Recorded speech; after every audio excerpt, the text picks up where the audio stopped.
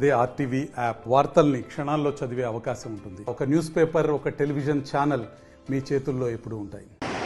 ముఖ్యంగా గౌరవ సభ్యులు తిరుపతి, రఘునాథపాలెం, ముదిగొండ, కారేపల్లి, ఏనుగూరు, అదేవిధంగా మీ మనసులో ఉన్నటువంటి అభిప్రాయాల్ని వాళ్ళు ఎలబుచ్చారు. తప్పకుండా వ్యవసాయ దేశమైనటువంటి మన దేశం, ముఖ్యంగా దాని మీద ఆధారపడ్డటువంటి మన రాష్ట్రానికి ఈ శాఖాపరంగా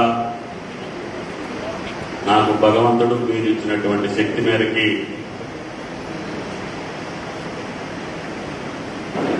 సహాయం చేసేటటువంటి అవకాశం ఈ ప్రభుత్వంలో, రేవంత్ రెడ్డి గారి ప్రభుత్వంలో మళ్ళీ నాకు అవకాశం వచ్చింది. తప్పకుండా నాకు ఇష్టమైనటువంటి వ్యవసాయానికి సంబంధించి రైతుకు ఉన్నటువంటి అన్ని సందర్భాల్లో, అన్ని సమయాల్లో ఉన్నటువంటి కష్టాలు తీర్చే శక్తి ఆ భగవంతుడు నాకు ఇవ్వాలని ప్రతినిత్యం, ప్రతి క్షణం ఆందోళనతో, ఆవేదనతో, కొన్ని రాత్రులు కూడా నిద్ర పట్టనటువంటి సమయం ఎవరికైనా ఉంటే అది రైతుకి. రైతుకి అందరూ శత్రువులే. ముఖ్యంగా ప్రకృతి. ఒకప్పుడు వర్షాలు ఉండవు, ఒకప్పుడు అధిక వర్షాలు ఉంటాయి. వాటిని బేరీజ్ చేసుకొని ముందుకెళ్ళాలి. అదును ప్రకారంగా వ్యవసాయం చేసుకోవాల్సినటువంటి అవసరం ఉంది. రెండవది చీడపీడలు. గతంలో లేనటువంటి అన్ని చీడపీడలు కూడా ఈనాడు రైతుని ఆవహించి ఎక్కువ ఖర్చులకి దారితీస్తా ఉంది. అదేవిధంగా మొట్టమొదటిగా కల్తీ విత్తనాలు, కల్తీ మొక్కలు, అవి కూడా రైతుని వేధిస్తున్నాయి. అదేవిధంగా కల్తీ మందులు, కల్తీ ఎరువులు, అవి కూడా రైతుని వెంటాడుతున్నాయి. వీటన్నింటినీ తట్టుకొని నిలబడి రేయింబవుళ్ళు కళ్ళల్లో ఒత్తులేసుకొని పంటను పండిస్తే మార్కెటింగ్ సమస్యలు వేటాడుతున్నాయి. దానికి రైతు వెలువెల్లాడిపోతున్నారు. మార్కెట్ సౌకర్యాలు కనీసం వాటిని భద్రపరచుకోవడానికి కూడా స్టోరేజ్ సమస్యలు. ఈ రకంగా ఇత్తిన కాడ నుంచి అమ్మేదాకా ప్రతి క్షణం రైతులు పడేటటువంటి ఆవేదన, బాధ, కష్టం అవి తీరేదానికి ప్రభుత్వ పరంగా చేసే సహాయ సహకారాలతో పాటు రైతులు సమిష్టిగా మనం కూడా దానికి దోహదపడాల్సినటువంటి అవసరం ఉంది. గత సంవత్సరం కొంత కరువు ఉంది. అదేవిధంగా కొన్ని ప్రకృతి వైపరీత్యాలు కూడా జరిగింది.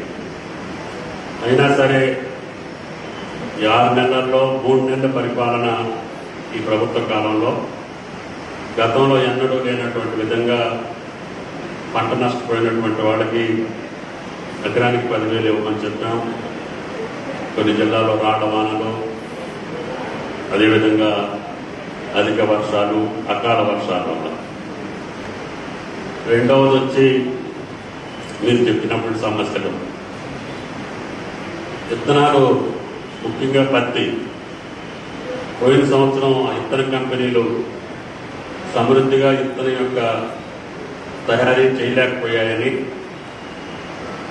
వాతావరణ పరిస్థితుల్లో మేము ఈ సంవత్సరం పూర్తిగా సప్లై చేయలేమని చెప్పి ముందుగా చెప్పాను. వాళ్ళందరినీ 2-3 సార్లు ప్రతి నెల పిలిచి తెలంగాణ రాష్ట్రంలో మీ ప్రాసెసింగ్ యూనిట్ అన్ని కంపెనీలకి హైదరాబాదే సీడ్ హబ్గా ఉంది కాబట్టి మీరు ఏదైనా చేసి తెలంగాణ రాష్ట్రంలో సమృద్ధిగా విత్తనాలు ఇవ్వాల్సిన బాధ్యత మీకు ఉంది అని చెప్పి ఆ కంపెనీల మీద ఒత్తిడి తీసుకొచ్చి మనకు అవసరమైనటువంటి విత్తనాలన్నింటినీ కూడా అన్ని జిల్లాలకి ముందుగానే పంపించాం.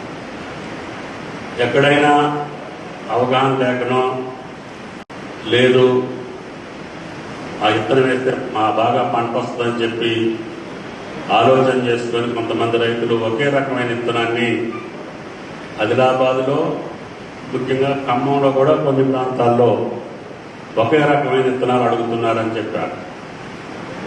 వాళ్ళు మనకి ఇవ్వాల్సినటువంటి విత్తనాలు కెపాసిటీ మొత్తం ఇచ్చారు. విత్తనం ఒక సంవత్సరం వర్తమానం తయారు చేస్తేనే తయారవుతుంది, అప్పటికప్పుడు విత్తనం రాదు.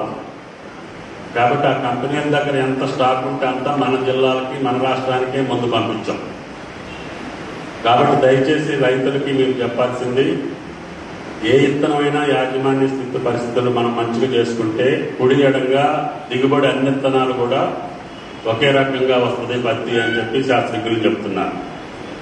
దాన్ని అర్థం చేసుకొని ఒకడు ఆ విత్తనం దొరకపోయినా దాని తర్వాత మేలైన విత్తనాలు తీసుకోండి. అధికారిక షాపుల్లోనే లైసెన్స్డ్ షాపుల్లోనే తీసుకోండి. ఆథరైజ్డ్ డీలర్ల దగ్గర ఆథరైజ్డ్ కంపెనీల యొక్క విత్తనాలే తీసుకోండి. తొందరపడి ఎవరైనా మోసం చేసి మా దగ్గర మీరు అడిగేటటువంటి కల్తీ విత్తనాలు తీసుకొచ్చి మీకు అంటగట్టే అవకాశాలు ఉంటాయి. విత్తనంలో మోసపోతే రైతు జీవితకాలం మోసపోతారు. కాబట్టి విత్తనం దగ్గర రాజీ పడబోకండి. మీరు కావాలి అని అంటే ఇంకా ప్రయత్నం చేసి ఆ విత్తనాన్ని తెప్పించడానికి ప్రయత్నం చేస్తారు తప్పితే బయట కానీ లూజ్ కానీ లేదా ఏదో నమ్మి వేరే వాళ్ళ దగ్గర తీసుకోవద్దు. దయచేసి రైతులకు మీరు అది తెలియజేయాలని చెప్పి విజ్ఞప్తి చేస్తున్నాను. మరిన్ని వీడియోస్ కోసం ఛానల్ ని సబ్స్క్రైబ్ చేయండి. లేటెస్ట్ అప్డేట్స్ కోసం వాట్సాప్ ఛానల్ ని ఫాలో చేయండి. అండ్ లింక్ డిస్క్రిప్షన్ లో ఉంది.